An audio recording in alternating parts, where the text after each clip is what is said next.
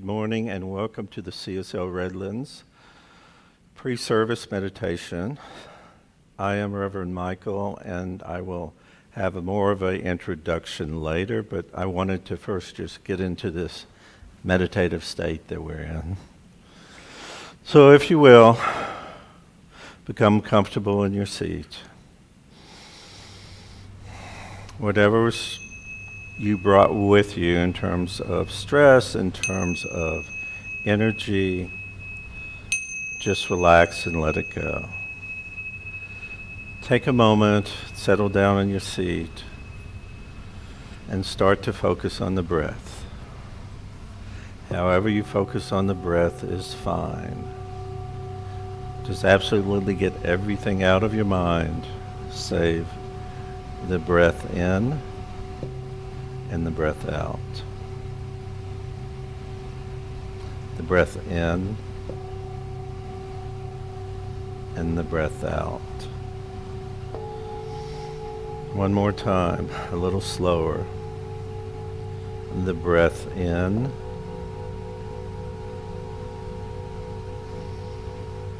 and the breath out. And as you're doing this, just absolutely know that as you're breathing in, you are breathing the breath of the divine. A powerful, powerful place for you to be.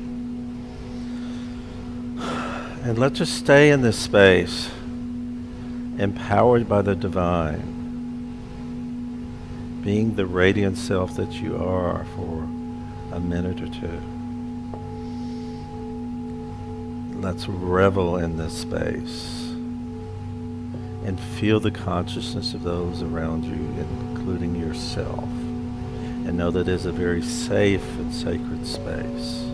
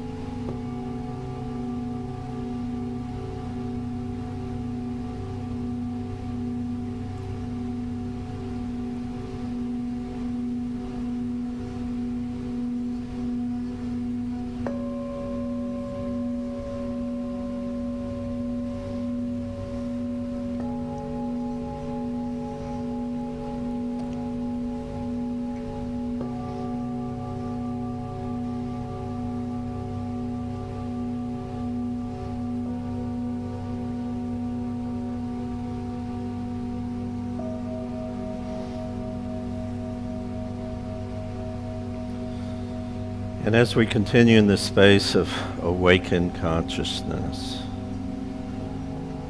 let us just go forward and gain insight from the divine. Gain insight on how we're going to manage this day, this strategy, so to speak, that we'll take for this day. And just give yourself a moment and think of the words of wisdom that are special to you, that you can guide yourself with this very day.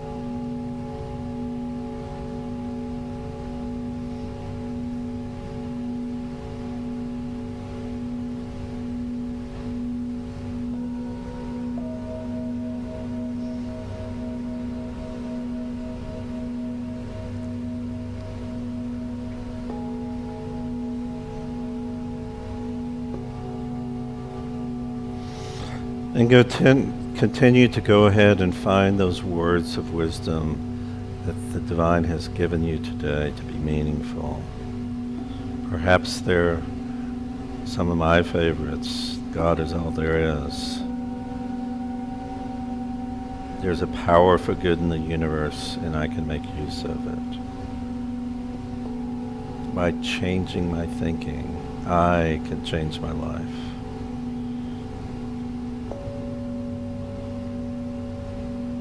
Right here and right now, I live the breath and have my being in God. And stay in the silence just a little bit longer, endowing yourself with these beautiful aspirations and wisdom you're gaining directly from the divine.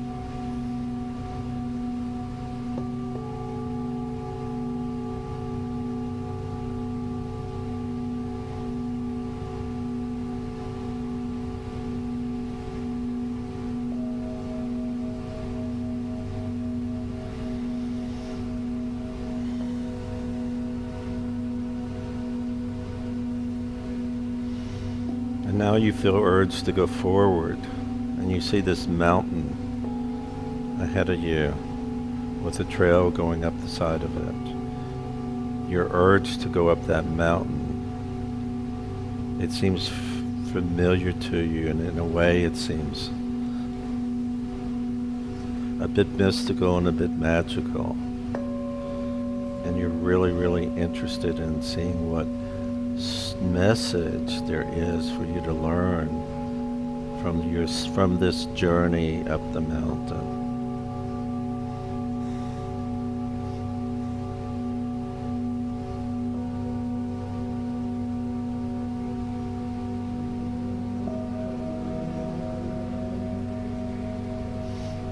And as you're starting your way up the mountain, you're urged by Spirit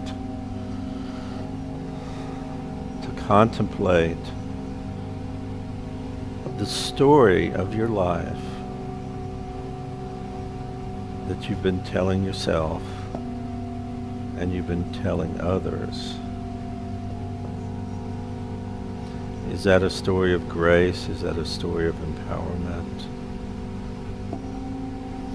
Just whatever comes to your mind is your important story.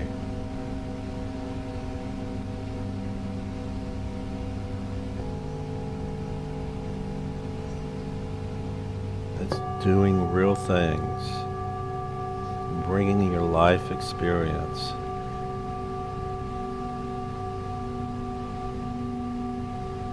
into your day-to-day experience.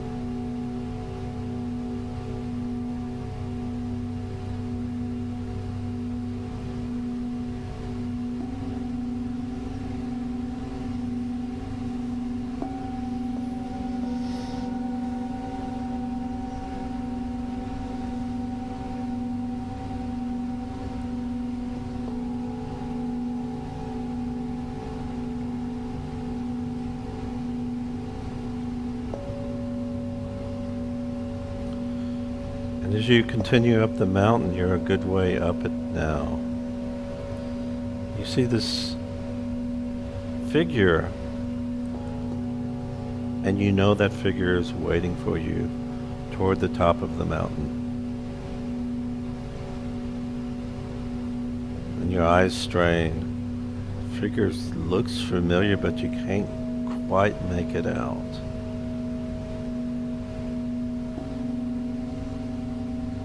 But you keep going. You keep trusting this process of discovery.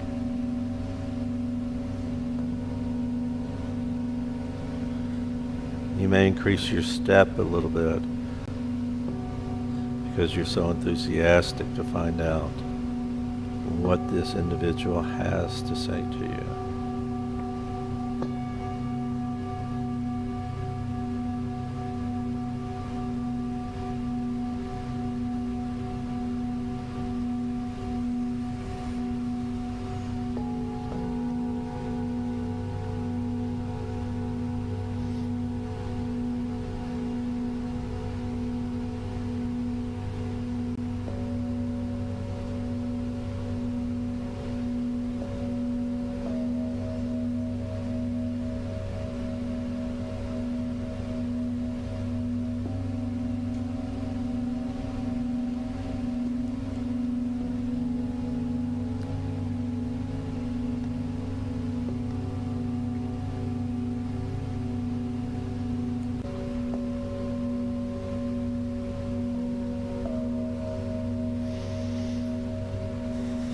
And now you're getting to the point where you're close to the figure, and you see this person does look very familiar. You see that figure is you, but yet it's aged. It's not you of today. It's the you of 20 years in the future.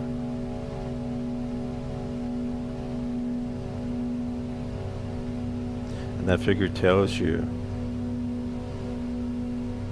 it's good to meet you. I've enjoyed the story you've been sharing with me.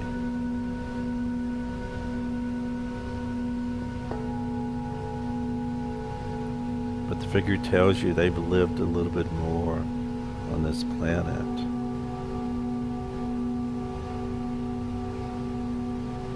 And asks you if you want them to share a bit with you on any guidance they can give you about your current story and how it's going to affect your future joy, your future development, your future empowerment of others, and your future empowerment of yourself. And you say, of course, why would I not listen to a wiser aspect of myself?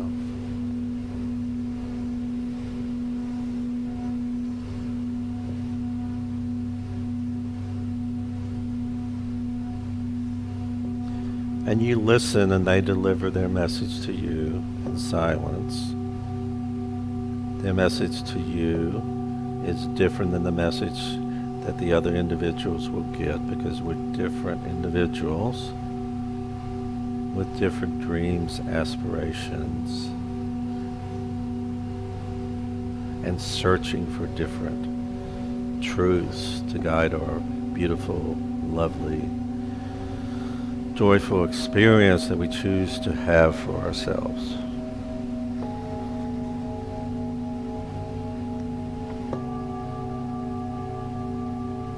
And we just revel in this for a moment.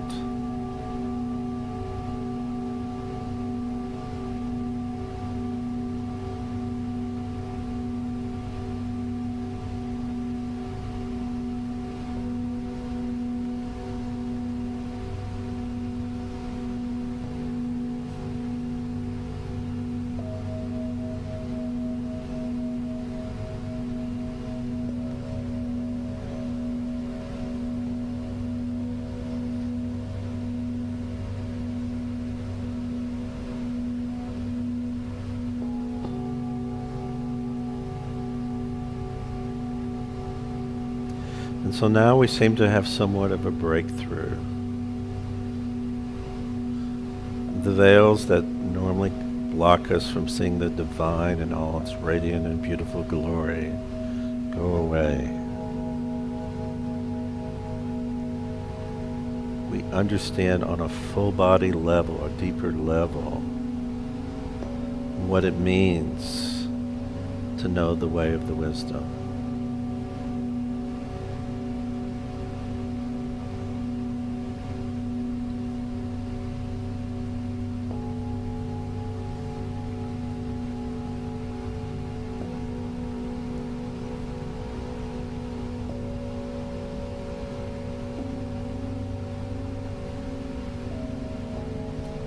We then start to understand what it means to know the path of our heart.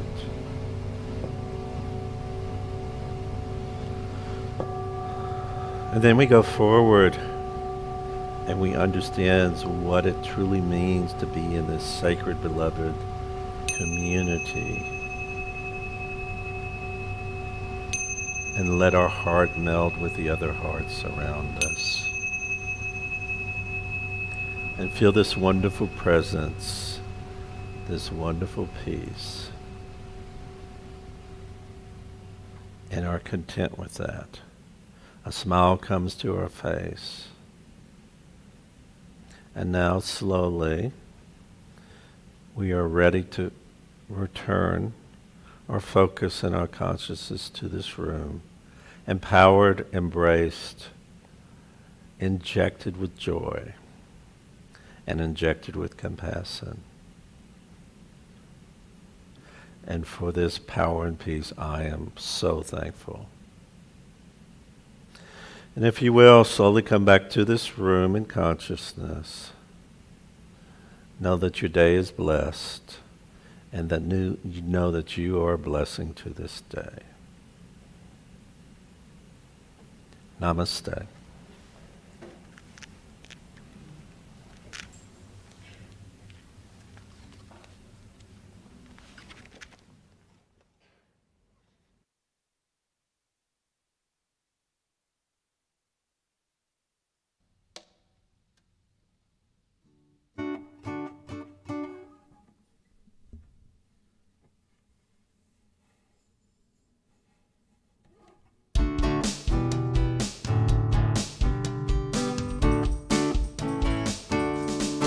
I'm in the right place at the right time, just where I'm supposed to be.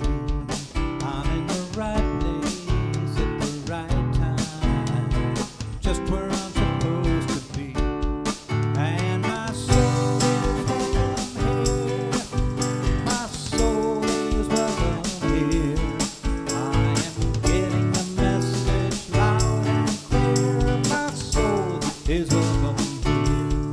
I'm in the right place at the right time, just where I'm supposed to be.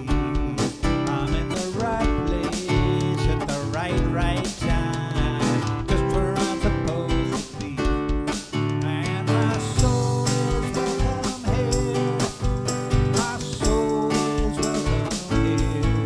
I am getting the message loud and clear, my soul is welcome here. My soul is welcome here, my soul is welcome here. So, this is the part where you can greet your neighbors, wave and say hello. Morning. My soul is welcome here, my soul is welcome here.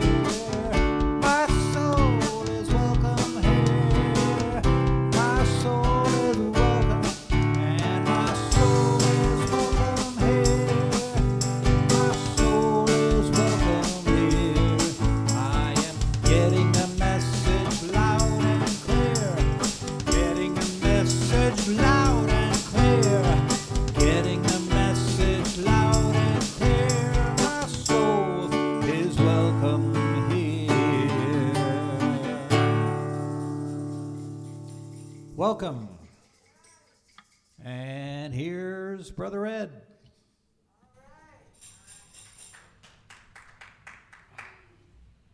Thank you, Gilman. Good morning, everyone. Did I drop something? Hold on. Is this it? Oh, a lotto ticket. Anyone lost a lotto?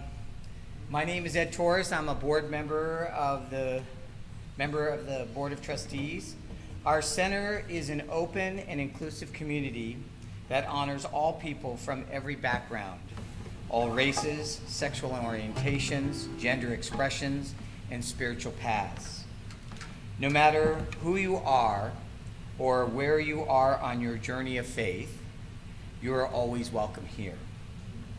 Our purpose is to awaken humanity to its spiritual magnificence, and our vision is a world that works for everyone. If you are here for the first time, now you can hear me. If you are here for the first time, please raise your hand so we may greet you. Welcome. We have some packets in the back or in the front. We're glad that you joined us today. We are so happy to have you and enjoy the service and be grateful. We are grateful for your presence.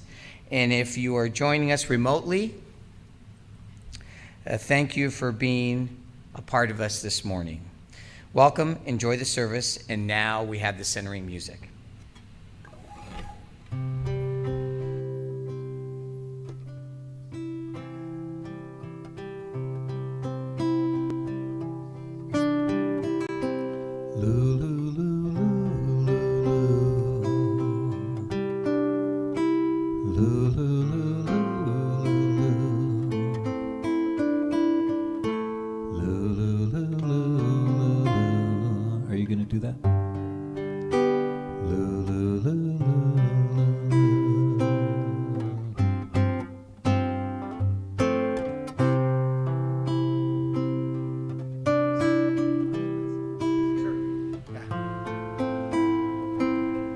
Join Gilman in the verses. You are the face of God. I am the face of God. I hold you in my heart. I hold you in my heart. You are a part of me. Beautiful. You are the face of God. Let's do that again together. You are the face of God. I am the face of God. I hold you in my heart. I hold you in my heart. You are a part of me. A part of me.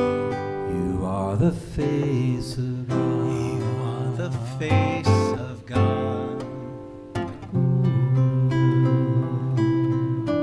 The ooh is a cue for me to move forward.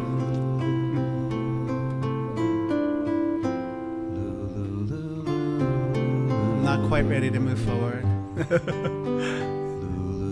Are you feeling like the face of God this day? Okay.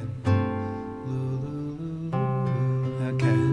So what I want to do before we do our centering prayer is just take a moment to recognize and honor the troops lost. If you're comfortable with that, I'm just going to do a bell for each life. For the Army, we recognize in our heart now Ryan C. Noss, only 23 years old. From the Navy, Maxton W. Soviak, 22. All the other from the Marine Corps. Kareem M. Nikoy. Dylan, he's only 20. Dylan R. Marola, 20. Riley J. McCullum, 20. Jared M. Schmitz, 20. David L. Espinoza, 20. Humberto A. Sanchez, 22. Dagan W. Page. Hunter Lopez, 22. Nicole LG 23. Johanny Rosario Picardo 25. Darren T. Hoover 31. Let's just see these lives as eternal beings now. Just see that in your mind's eye. Join me in that.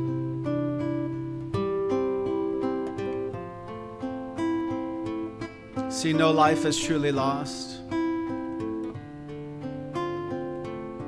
Inviting you to join me in sending light and love intelligence to the family and the friends, the spouses, the children. Seeing if we can bless and cover each and all of them with the peace that passes human understanding. Just see that in your mind's eye if you're willing with me.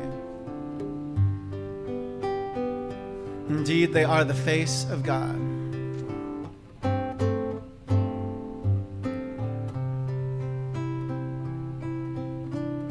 Where Spirit holds each one and all, including all over 100 Afghan civilians killed. Senseless violence. See in your mind's eye with me a way where for anyone thinking of perpetrating violence, they may think a different thought.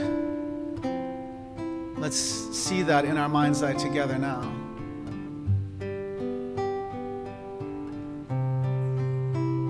That goes here and there, for there's only one mind, right? One life. Local and global. Let's just see a place in our mind's eye, a pathway to peace. Let any thought that is of violence to another sentient being be transformed and transmuted to a place of peace, a way station for good. See that if you're willing to join me in that place where two or more are gathered.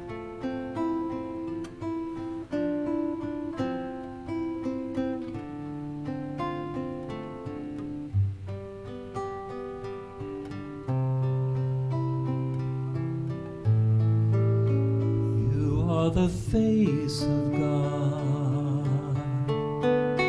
I hold you in my heart. You are a part of me. You are the face of God. You are the face of God. I hold you in my precious heart. You are a part of me. You are the face of God.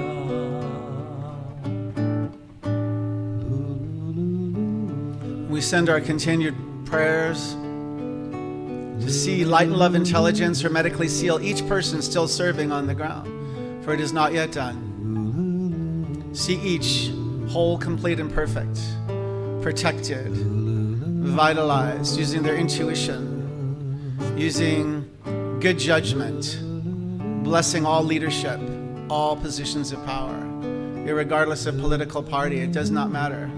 We are the human party. See that in your mind's eye if you're willing to join me there.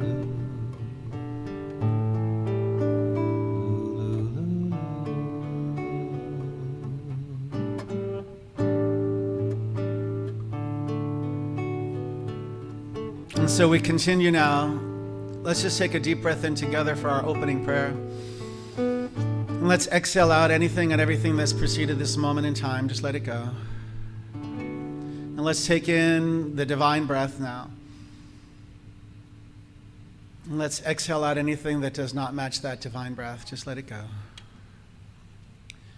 And as we return to our normal breathing, we're reminded that this power and this presence, this love, this grace, this peace that passes human understanding is here and now in this place. It's in this space. It's in me. It's in you. It is right where you are. Right where you are, God is. And just say that together with me. Right where I am, God is. Right where I am, God is. Right where I am, God is. And it is from this place of unity and oneness that I speak a word of blessing for today's service, knowing that it unfolds with ease and with grace and with joy and with compassion and with love, with surrender and vitality and wisdom and vigor. And how grateful I am to each of you participating in person live in the sanctuary and those who are watching remotely. I know that there is no accident in God, and there is no accident in you finding us at this very moment in time and being present with us. For we are a very powerful, energetic frequency when we are together united as one field of good with a capital G. And so how good it is to bless this day Reverend Michael, our guest speaker, knowing that he is the mouthpiece for the divine this day. I invite you to allow for your consciousness and your awareness to be like a garden, a fertile soil, so that you're, if you're willing, open and receptive to a transformation to rise and emerge new and fresh, to rise and emerge with what's most needed for your soul's perfect evolution and journey at this moment in time, for an insight, a revelation, a healing, a demonstration and manifestation of good. It's always working together for your highest and best good. This is how I see you. This is how I know. Perfect God, perfect man. Perfect God, perfect you.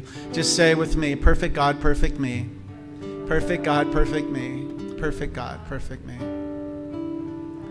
And so with a heart that's filled with gratitude for each person who we hold in our prayers, we know that all the prayers are answered affirmatively always with a yes, the resounding yes by the universe for your individual and collective highest and best good right here and right now. And so how grateful I am to each of you, and invite you to join me with a heart filled with gratitude and joy in agreement. I release my word to the law of life, expect it to be done, and so. And now just walk around with great expectancy, looking for my good, looking for your good, knowing it is done. You with me? Together we say, and so it is. Amen. Amen. And so today's wisdom reading is from the material that was prepared, Rise and Emerge. And if you like to allow for your outer eye to close, it might be easier to take it in. That's up to you. If you're comfortable with your eyelids closed and taking a rest. The lyrics are called Rise, and it's written by Faith Rivera. I close my eyes, I open my heart. I take a deep breath, let the healing start. I lift my hands, I plant my feet. I let love in, I feel the beat that's calling us to rise, rise, spirit rise up, rise in me. I ready my soul, I clear my mind. I'm here and now in present time. I feel the power of 1,000 suns lighting up the dark. Oh, we rise as one. Rise, rise. Spirit rise up, rise in me, rise, rise. Spirit rise up, rise in me. I sing to you, I sing to you. You sing to me, you sing to me. Change up this noise, make sweet harmony. Rise, rise. Spirit rise up, rise in me, rise, rise. Spirit rise up, rise in me, heart to heart, heart to heart. Hand in hand, hand in hand. No turning back, onward to promised land. Do you feel the power of 1,000 suns lighting up the dark? Oh, we rise as one. Love's calling, calling out your name. Love's calling, that's why we came. Love's calling, calling out your name. Love's calling, it is why we came. Rise, rise. Spirit rise up, rise in me, rise, rise. Spirit rise up, rise in me, rise up, rise up, rise up, rise up. Come on and rise up. Come on, lift your hands up. Jump. Reach for the sky. Going up high, higher. Yeah. Rise up. Come on, raise your voices. Shout. Love is alive. We're bringing the light brighter, brighter. Come on, lift your hands up, jump. Reach for the sky. Going up high, higher. Yay. Higher, yeah. Rise up. Come on, raise your voices. Shout. Love is alive. We're bringing the light brighter, brighter. Rise up, come on, and rise up.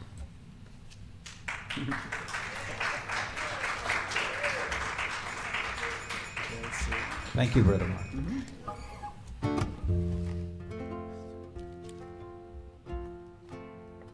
This is for all the Danny Kaye fans out there. And also the Hans Christian Andersen fans. of these stories from when I was very small. And this is one of my favorites. There once was an ugly duckling with feathers all stubby and brown, and the other birds in so many words said, "Get out of town, get out, get out, get out of town." And he went with a quack and a waddle and a quack and a flurry of eider down.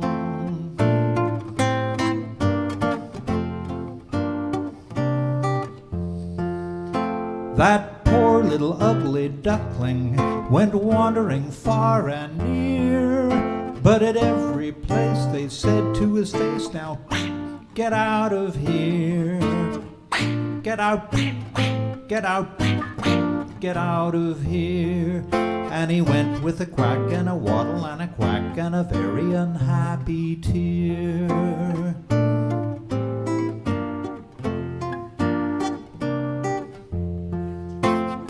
All through the wintertime he hid himself away, ashamed to show his face, afraid of what others might say. All through the winter in his lonely clump of wheat, till a flock of swans spied him there and very soon agreed, "You're a very fine swan indeed." "Me, a swan? Ah, go on." They said, "Yes, you're a swan. Take a look at yourself in the lake and you'll see." And he looked and he saw and he said, "I am a swan. I'm not such an ugly duckling, no feathers all stubby and brown. For in fact these birds in so many words said, the best in town, the best, the best, the best in town. Not a squawk nor a quack nor a waddle or a quack, but a glide and a whistle and a snowy white back, and a head so noble and high. Say, who's such an ugly duckling? Not I.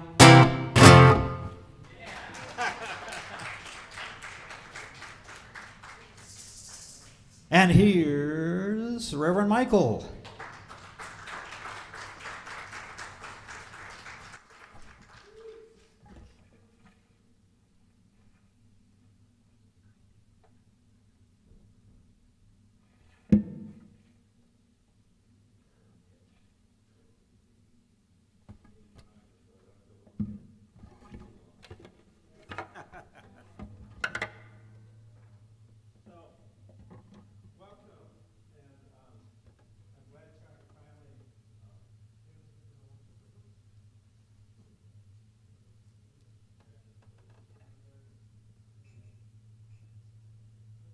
Better?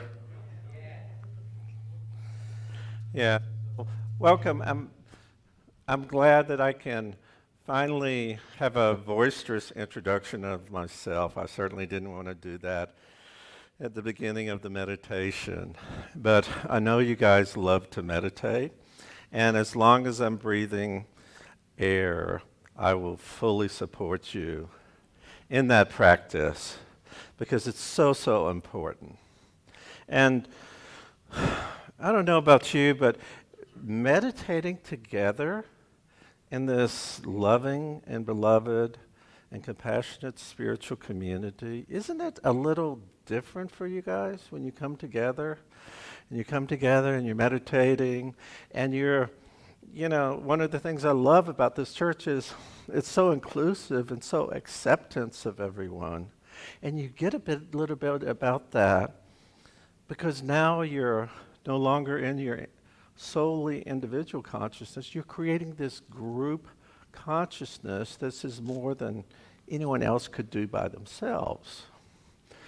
So let me tell you a little bit about myself and why I'm sort of attracted to this church, because I was looking at the requirements via the CSL website with the open pulpit, and I started to talking with a few of my colleagues. I certainly liked how long you had been here. I talked to my colleague and friend, Reverend Josh Reeves. Josh is now they call it a lead minister in Mile High, the church of 3,000 people in Denver, one of the biggest in our movements. He says, Michael, he says, from what I remember from Dr. Ruth's reputation, she always went back to the old science of mind and people before Ernest Holmes, and that's exactly what you love to do and do all the time. So it may just be a really good fit. And so I said, okay. And so I have been in the Science of Mind teachings, this is going to give away my age quite a bit, for over 50 years. So I was introduced to Science of Mind when I was 8 years old. My mom said, come on, Michael, we're going to go hear Dr. Don finally. And so we went to Reverend Dr. Donald Curtis's First Church of Religious Science in Dallas, Texas. And I fell in love with him. He was phenomenal. He was a great speaker. Donald Curtis was actually an old actor too, and my mom had a saying, I didn't know, I think he was flirting with her or something like that. She said, well, he is a character. But Dr. Donald Curtis was sort of in, the circle that affiliated with Dr. Holmes, and when I've taken the history courses in ministerial school, some of the pictures you see Dr. Curtis with Dr. Holmes. So anyway, that's my background, and my mom never became a practitioner or a minister, but she has studied Science of Mind for 50 plus at least, probably 10 to 20 more years. Thank goodness she's still alive. She's 88 years old. She's watching this service, and I'm sure going to give me a couple of comments. Like I've been up on the pulpit and says, well, this beautiful meditation from Dr. Holmes, where these ice crystals turn into beautiful things and redissolve, I don't remember exactly where that was from the Science of Mind, so my mom called me and told me exactly where it was that same day. So anyway, that's my background. And once again, I want to commend you guys for your commitment to inclusivity and expanding your view of everyone that comes in here is loved, honored, and appreciated. From no matter what racial perspective, sexual orientation, different gender identity. Thank you for doing that, because that's the core of our movement. That's actually a differentiator with the CSL movement. And thank you for embracing it as much as you have. It's really, really important to me. And so I'm also I've had a career where I've been a bivocational minister, where I've had, bivocational means you work two jobs. And I've been a supervising and consulting chemical engineer for 40 years. And I've been doing a full-time ministry for at least 5 or 6. I became a practitioner back in 1990. I got a little bit of a story when I'm talking about a little bit about the history of that a little bit later. And I'm also I want to share with you some of the things that I've learned, which has, to me, made sense why this movement came into place. Because, quite frankly, we're babies in the spiritual movements. I mean, we got 200 years. And if you go back to the Hindu and the Rig Vedas, they got 3,000 years. I think the people of the Jewish persuasion, they have more than that.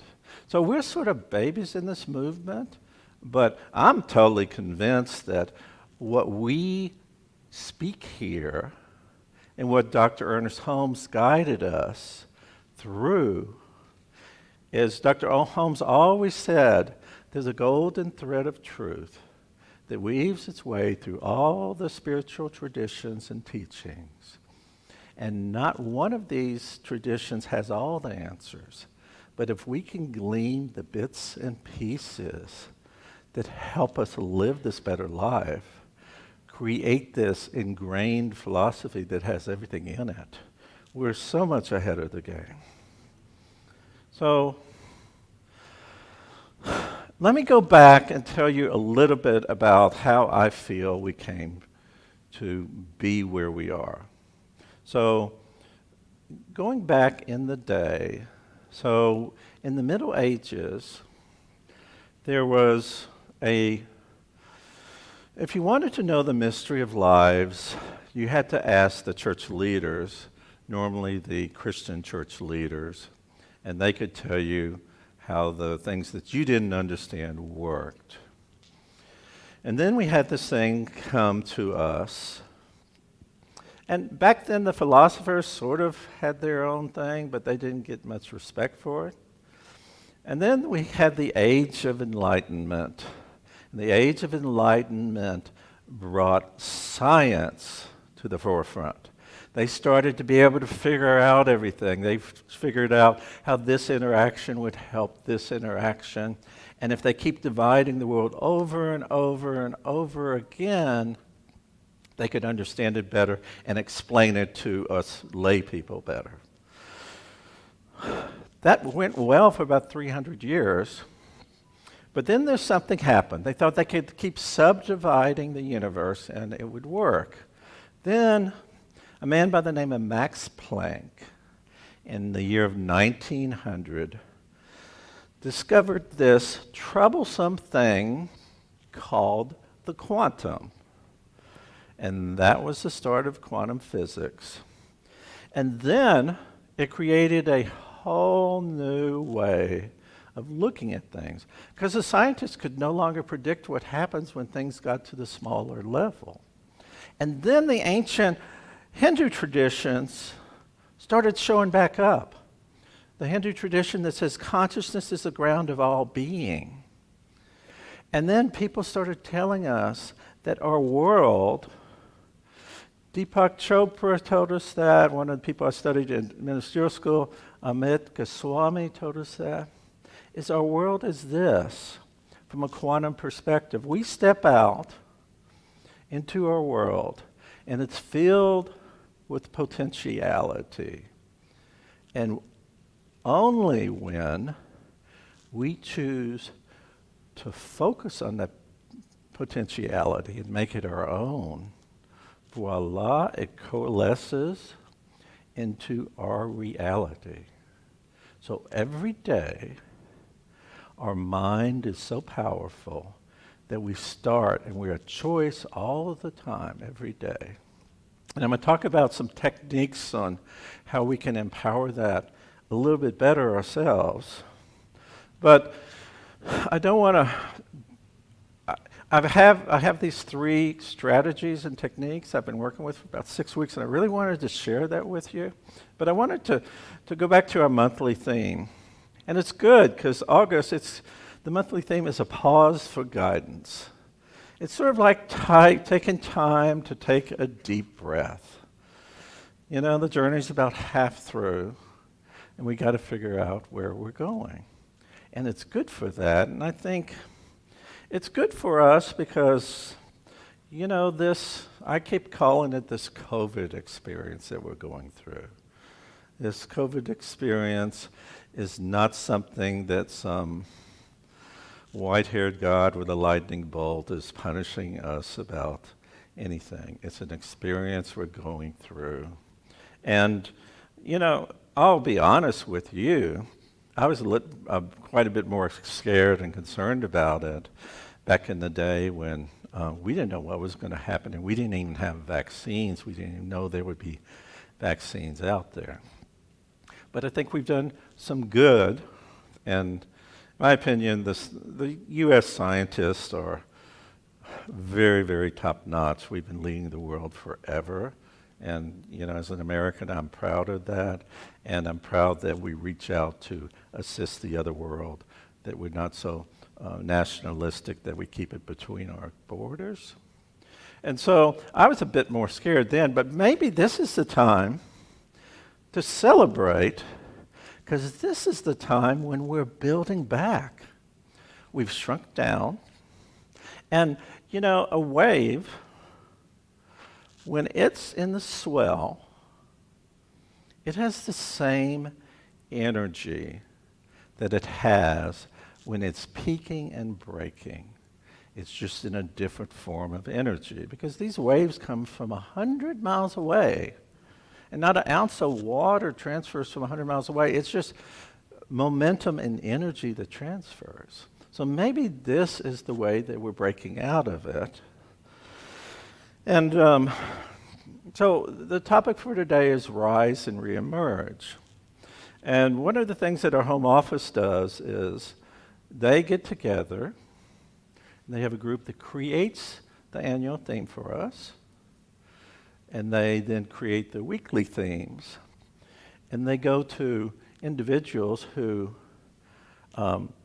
volunteer their time to give all the field ministers a couple or 3 pages of content, maybe some quotes to do. And I want to thank them for doing that, because that's been a huge help to us. I always think that we should do some type of weekly video for places that don't have centers, that just have like little study groups to get things going, but that's just my personal opinion. Anyway, I just want to thank him for doing that. And I'm not going to share their 3 points today, because I would go even further over than I was. But I've been working with these three beautiful practices and spiritual principles that I think, for me, I've ingrained them. I always think, when we can find a spiritual practice that we can put in our tool set, that we can use every day, we're so much ahead of the game, instead of trying to pick up 3 new things every week and try them and then start again. I think I'm an old basketball player, so I know playing basketball is doing it over and over and over again. So, and I was really good. I could almost get my elbow on the rim back then. But no one told me as a young man that basketball was such a young man's sport. I mean, you don't even live half your life when you're even almost embarrassed to go out and try and shoot from the three-pointer and be totally embarrassed. Anyway, I don't see any youngsters in here, but maybe stay away from basketball unless you want a short-lived career. It was good. I enjoyed it. It was good. I enjoyed it. But, yeah, so anyway, I want to introduce you to an overarching theme that I've been working with. And I get a lot of my inspiration from the people that are on the fringes of science of mind, but they're teaching science of mind principles in the practical world. And this I got from Tony Robbins. And I'd like to get stuff from Tony Robbins because I'm very slightly extroverted. Obviously, I can talk to you. I'm 6 out of 10. And Tony Robbins has so much energy, he's at least a 9.5 out of 10. So it's good for me to him to envelop some of his energy. But when he uses these things, he uses them totally different. Because when we take something, it's just like if you decide to use these strategies, you're going to use them totally different than me. And that's the beauty of our consciousness. We're totally different. We're beautiful and unique in our own way. So the 3 are this, and they're in reverse order of importance. I'll just introduce it first. The first one is strategy. And you can think of strategy as, what am I going to think about today? You can think of it as wisdom sayings. And we all have our own favorite, be they affirmations or be the wisdom talks, don't we? So what do you tell yourself every day? Anything that comes to mind, and you can go ahead and shout that out as long as your mask is on. Anything that you use every day? I'm sorry? Okay, exactly, yeah.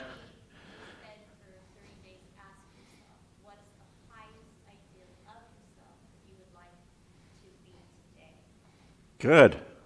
That's the start of the visioning process. Yeah. Yes. One with my Father. I love that. I'm blessed and I'm happy. Mm-hmm. Yep. How about it is done unto you as you believe? I like that one a lot. Thoughts are things. That's powerful. And it's interesting. I'm talking about this peripheral New Thought people. Wayne Dyer, God bless him, I studied everything, every tape he ever put out for 20 years. And he, at a seminar, said, and he's a funny guy anyway, he says, well, as I've always told everyone, change your thinking, change your life. I don't think that was a Wayne Dyer original. But Ernest Holmes was like that. He just liked to put out truths. And Ernest Holmes would say that I haven't created any new truth or discovered it. He just combined things. He loved the concept of that golden thread that he could keep weaving over and over again. So for strategy, I would recommend find something you can do every day. And once again, make it something that works for you. And there's two great books. They're both called, I think, Science of Mind 365. Some of you may have heard of them. One is written by Ernest Holmes and another individual, I forget his name. And then one is written by Ernest Holmes and Raymond Charles Barker. And Raymond Charles Barker was one of the ones that came up with all this. He was a corollary to Ernest Holmes. When Ernest Holmes was in Los Angeles, Raymond Charles Barker was around New York City. And he was doing a lot of stuff. So, where I told you that the Age of Enlightenment brought science into the picture and they took control over the church leaders of the mystery. So where did we come in? Well, we had this great man by the name of Ralph Waldo Emerson. He came in, excellent stuff. Excellent stuff. He's actually, I actually got copies of his lifelong journals. There's like 5 or 6 pages of 200. And I can tell you Ralph Waldo Emerson's reading list for his summer reading, getting out of high school before he went to Harvard, was more than any minister that I know of. You could combine 10 ministers have read in their lifetime. He read everything. And he also had access, back then, that's when they first started publishing the Hindu scriptures in English. And so, he lived from 1820 and he did most of his work in the 1840s to 1860s. All his famous essays were written then. And he always challenged us. Emerson was a challenger, wasn't he? And this is about creating your own story, which I'm going to talk about. But he says this, be not the slave of your own past. Plunge into the sublime seas, dive deep and swim far.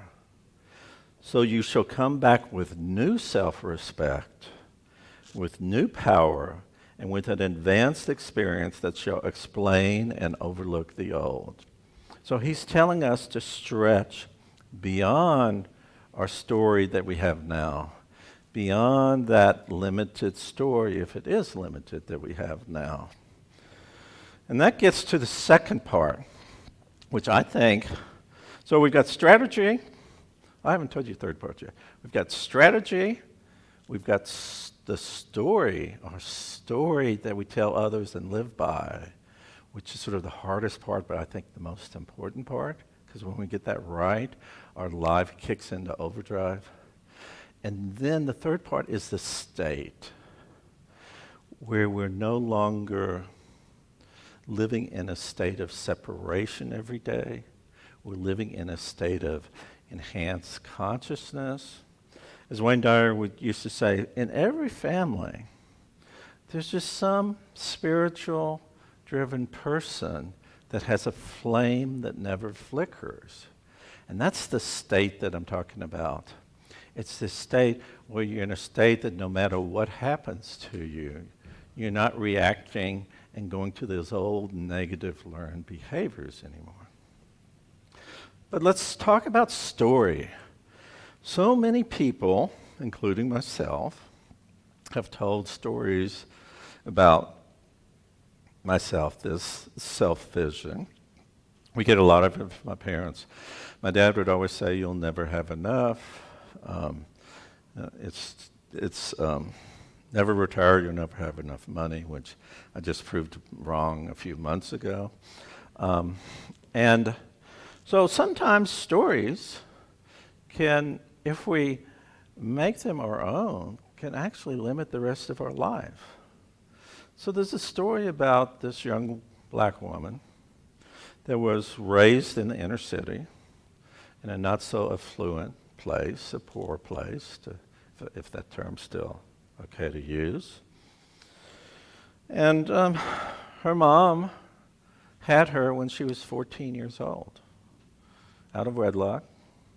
And then she was raised. And then this same girl became sort of a woman at 14. And she did the same thing. She got pregnant, except she lost her baby. So that was a tough story.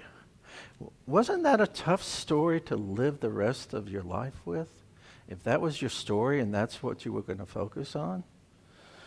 But this woman, I'm telling you, is one of the most powerful, inspirational, influential women in the world today. Can someone tell me who that woman is? It's Oprah. Now, if Oprah would have started feeling sorry for ourselves, focused on that bad upbringing story, none of that would have happened. So there's a story that we can tell ourselves. And the message I'm trying to say to you is focus on what your story is. And don't be ashamed if there's some, quote, negative things that we teach here in it, because your story is just where you are. And I want to tell you another story about a young man that refused to believe the stories all the medical people were telling him. This man's name was Sean Butler. And excuse me just a minute. Yep, that's where I need to go. And he was in this cancer facility. He was 6 to 8 years old, something like that, in Boston, Massachusetts. It's a true story. It's in 1983. They had tried everything on him, and so they only had just comfort him in a month or two, and he was going to make his transition. But then they realized that Sean Butler loved baseball, and he especially loved the Boston Red Sox. So the hospital staff made a call to the Red Sox, and they reached out to Dave Stapleton, who was the starting first baseman for them back then.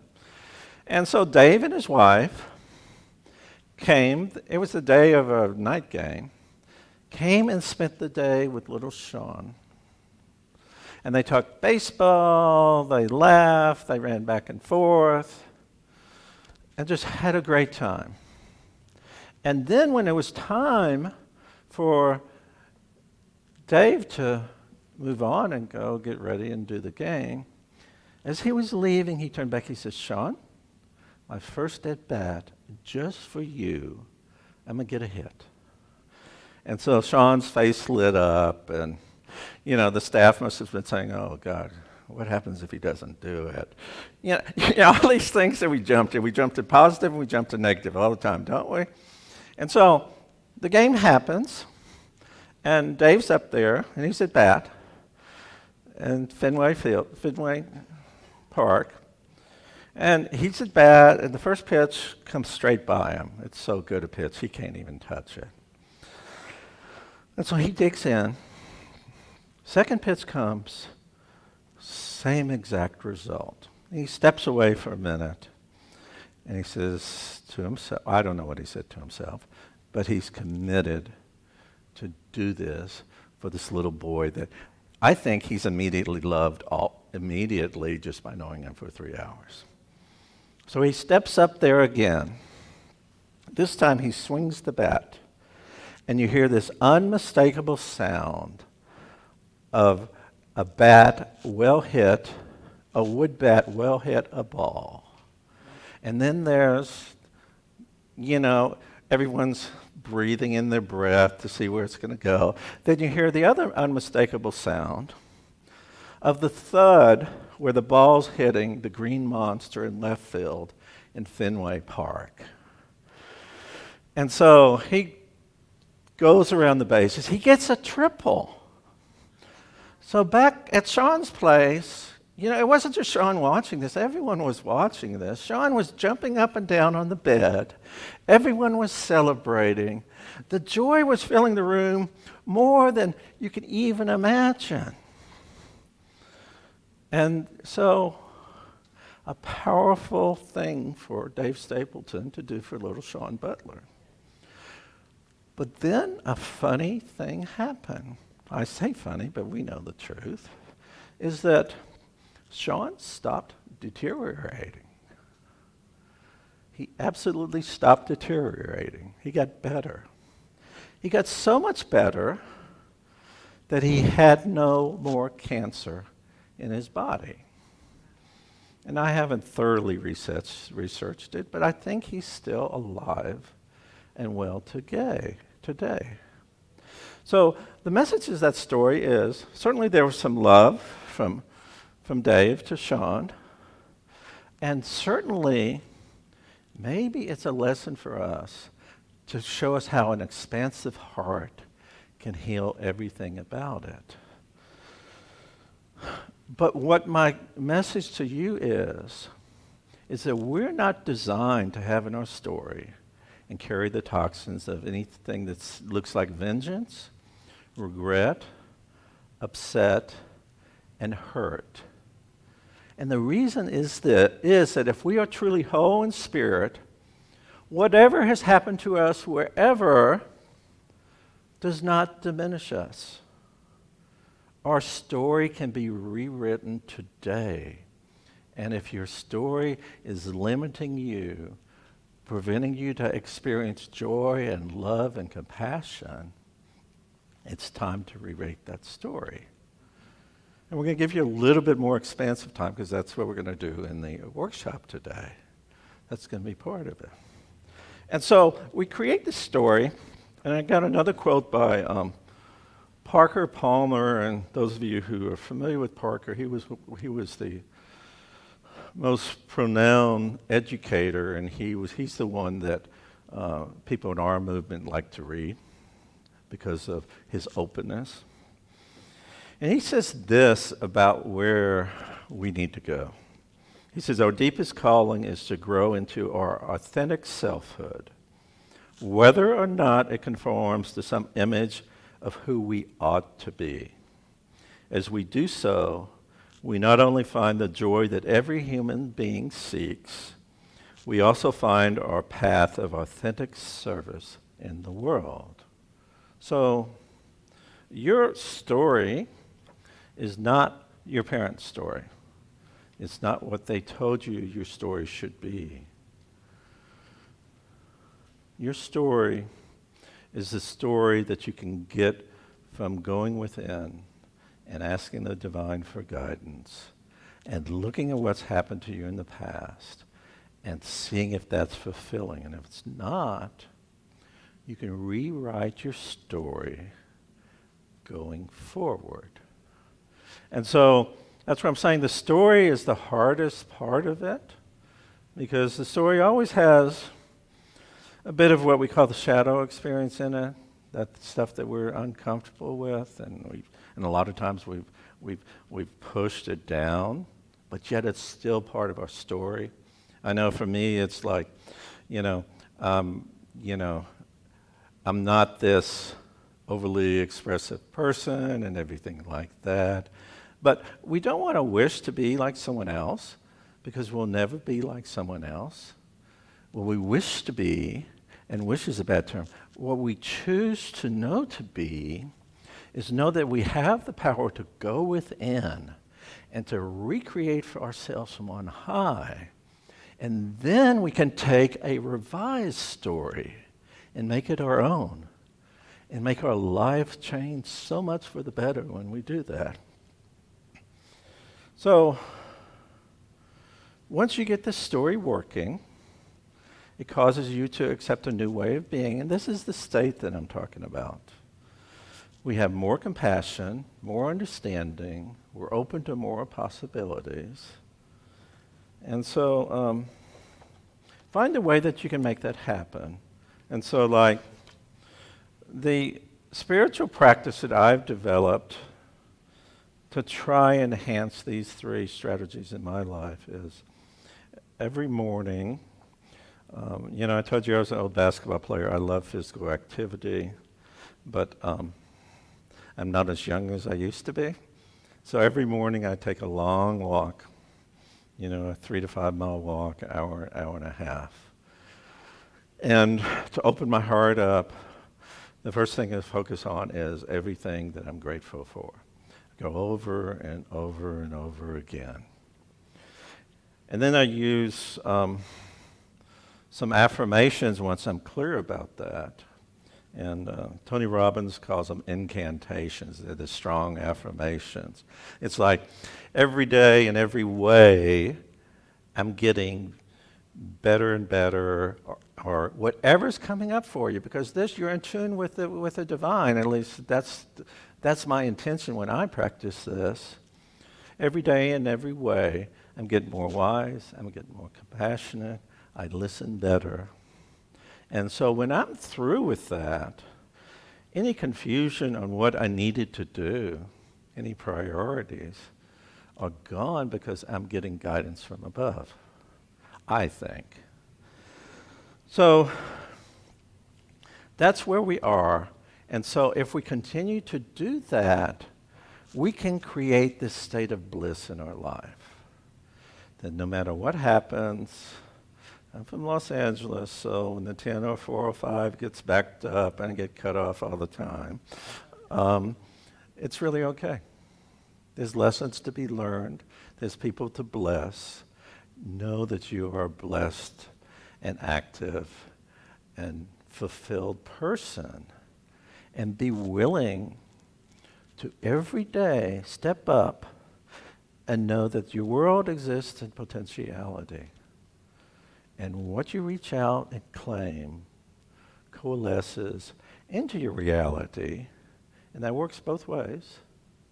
If you have a poor attitude, you're going to get some limited stuff. But if you can incorporate that state that Wayne Dyer says, of that flame that never flickers, your days start better, and you create this enlightened space where all the things that all of our great teachers, there's Ernest Holmes, a power for good in the universe, and we can make use of it. Your thoughts do create your life, but we got to control the thoughts that are ingrained deep down in the emotional state, because Ernest Holmes never told us that it was just reading rote words and making it happen. In ministerial school, we call that spiritual bypass. What he told us was we don't get what we want. We become who we are. And that's where the state comes into being. We live the life that we say we believe. So God bless you. Namaste. I love you, and I love what you're doing in this community.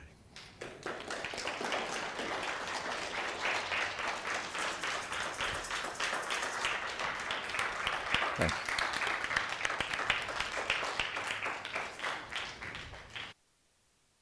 Check. Thank you, Reverend Michael.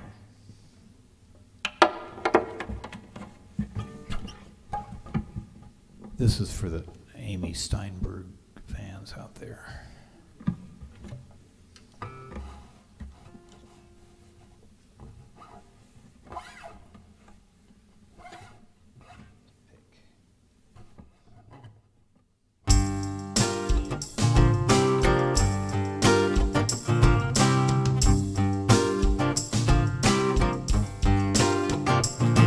Look up, and you shouldn't go up. Look down, and you'll probably fall down. Place your attention on where you want to be, and you will be there eventually. Look out, and you shouldn't go out. Look back, and you'll probably fall back. Place your focus on where you want to be, and you will be so easily. Rise out of the old paradigm. Rise into the presence of the divine. Rise out of the old paradigm. Rise into the presence of the divine, yeah.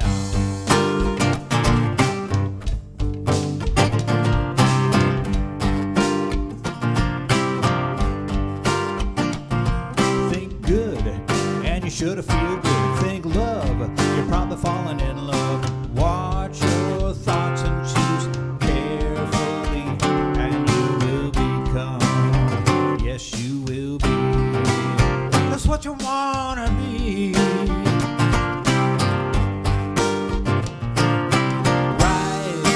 Rise out of the old paradigm. Rise into the presence of the divine. Rise out of the old paradigm. Rise into the presence of the divine, yeah.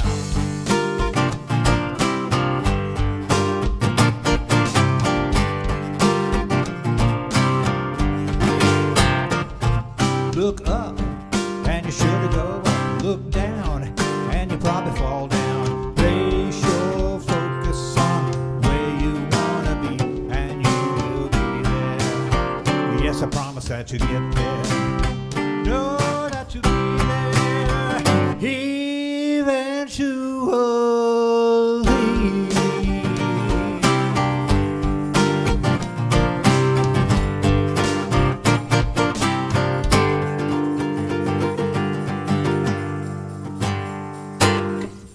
Thank you. Okay. Now we have Brother Mark with some announcements here for you. Wow. Thank you, Gilman. Sure. I love Amy. She's great music. And there are some shy people up there that just get up and dance around. So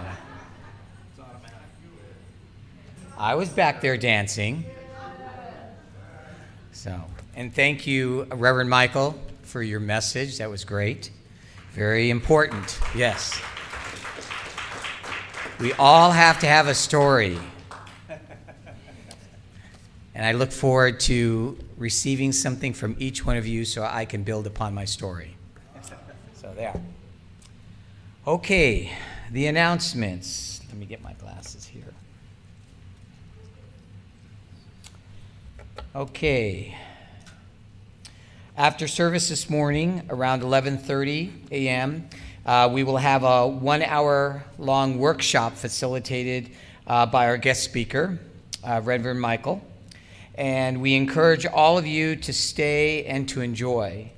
You will have time to grab a snack at our table in the back before the workshop begins, and I believe that some pizza is on its way for those of you who would like to eat something. Fat-free pizza. Also, on your chair, there's these input and comment sheets. I would ask all of you if there's a pen back there before you leave, if you can drop it off at the bowl that says Love Donation. If you have any comments about our guest speaker, we would really appreciate that. Okay? Next Sunday, the Dream Band will be with us again. Yeah. Be sure to attend so you can hear these excellent musicians rock our sanctuary and bring a friend. On Monday, September 13th, right here in the sanctuary, our new class begins. The class is the art of science of spiritual mind treatment. So those of you who are not familiar with that, it's over there. It's part of the affirmative prayer, and there's the 5 steps. So if you would get an idea and like to learn more, Reverend Carey will be teaching that class. And it is an 8-week class. It's from 7 p.m. to 9:30 Monday evenings, and will help you learn how to be confident in giving a spiritual mind treatment or affirmative prayer. And if you have any questions, see Reverend Carey after the service. And also there's a Zoom link, so those of you who wish to attend the class remotely and pick up a flyer and complete the class registration from the back table today. Our Wednesday night service continues with licensed practitioner Renee Hart, who leads us in a lovely meditation and shares her weekly spiritual message. Attend with Facebook Live. That's facebook.com/cslredlands.org. Now that's a story. How many of you 25 years ago knew what a / meant? See? That's all part of our story. or www. But anyway, YouTube each Wednesday night from 7 to 8 p.m. Be sure to encourage everyone to subscribe to our YouTube channel. I think we're getting close to having enough to have our own channel, so please encourage your friends. Reverend Carey and our practitioners are available after service each Sunday if you wish to talk with them. If you are watching on Facebook Live this morning, message us with your request to speak to someone, and we will connect you with them. Even if you just want to talk and ask a question or have a conversation about the morning message. You're all invited to join us after Sunday for food. As I mentioned, there's some goodies that are going to be here and some fresh banana muffins. And I don't know who made them. So thank you for joining us in person in our sanctuary. Just stop and say hi to everyone. You can wave in the camera like I'm doing right now for all those shy people who want to be anonymous. But you'll come through the front doors soon, I'm sure. And thanks to everyone who has connected with us this morning on Facebook Live and YouTube. Remember to watch our Sunday night service too. Have a wonderful week, and thank you so much. And I want to give one shout out. Every Sunday we see these beautiful flowers here. And I want to thank our sister Jean. And a lot of these flowers come from our little garden in the back. So thank you, Jean, for all that you do and for the blessings and the great coffee. It's perfect. Thank you. Oh.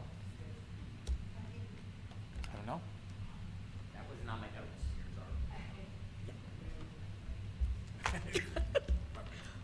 Good good morning. I'm the Reverend Carrie that's been spoken about a little bit. It's so good to have you all here today, and I'm so grateful that Reverend Michael is here this morning. It just really filled me up. Thank you so much for your message. It's now time for our offering. And what we do in our offering time is recognize that there is a law of circulation that says what we give, we also receive. And if you're not sure that this really works, all you need to do is clean out your closet or clean out a cupboard, give that stuff away, and watch more stuff come to you.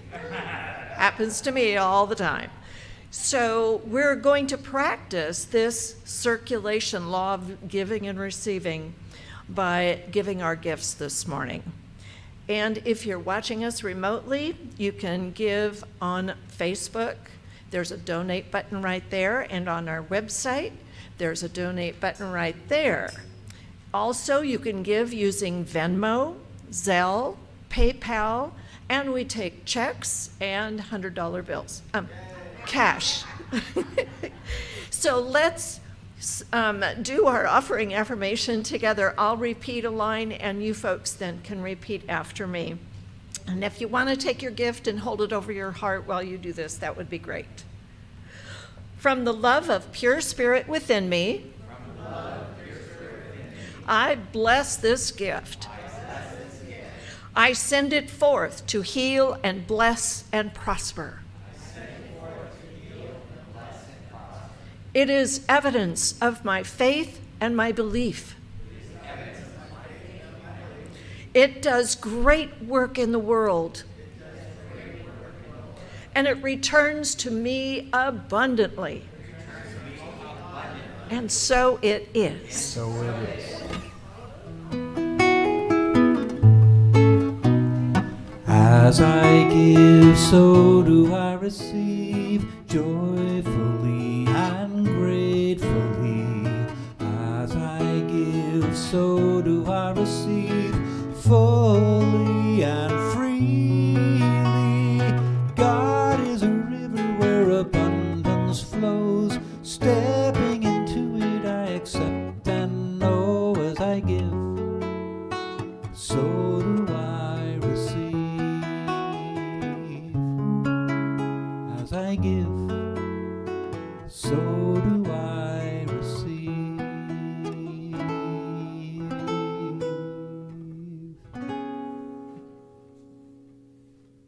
Thank you, Gilman. I forgot, I don't have a mic on.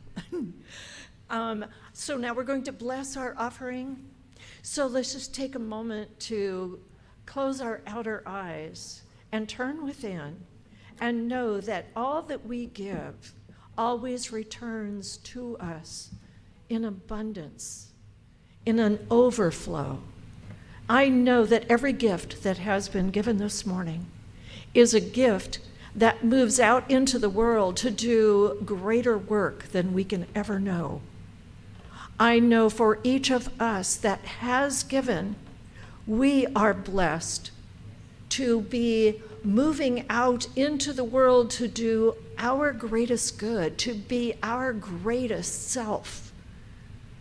And as we live this life, we give in that living, and we receive in that living.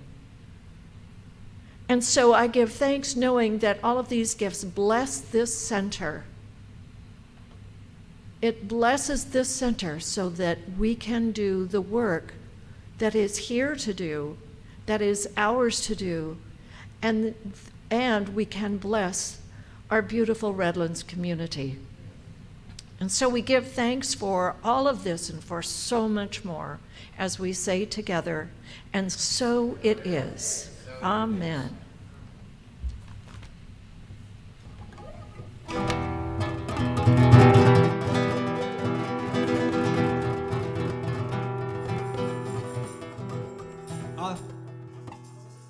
Closing prayer, sorry.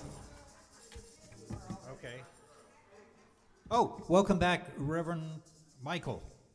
For the closing prayer, are you doing the closing prayer? That's what it says on my little cheat sheet here.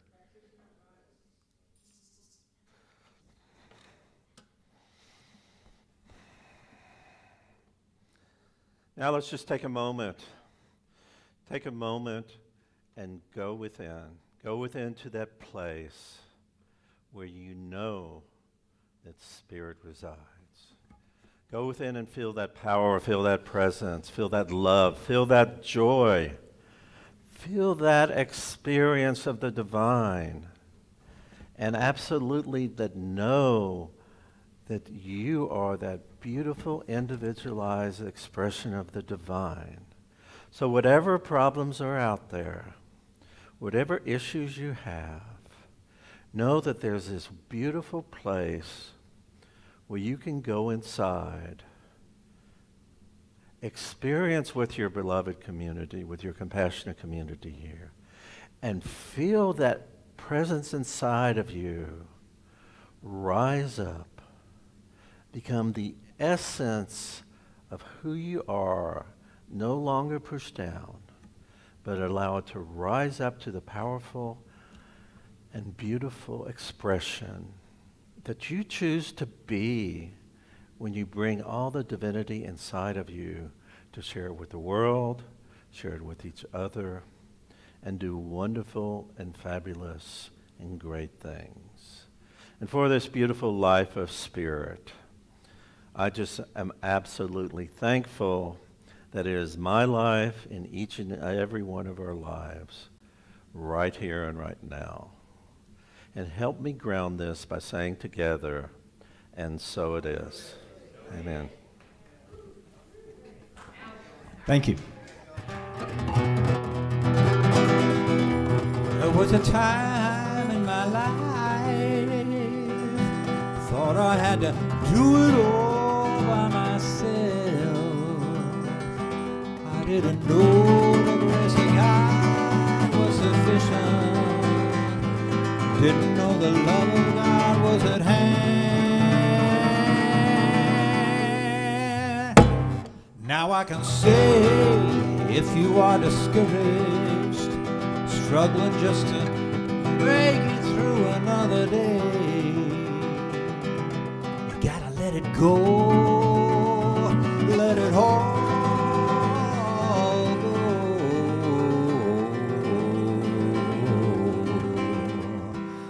This is what you have to say. I release, now let go.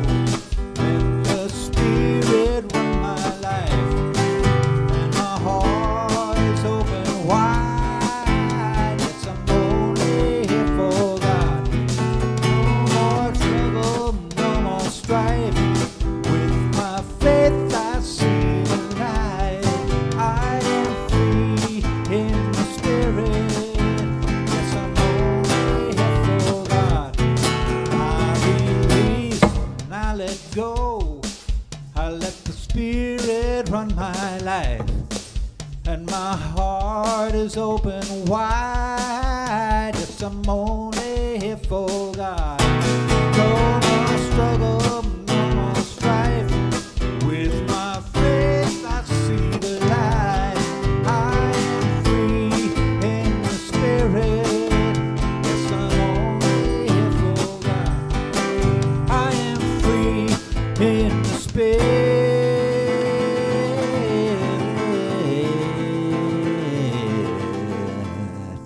Yes, I'm only here for God.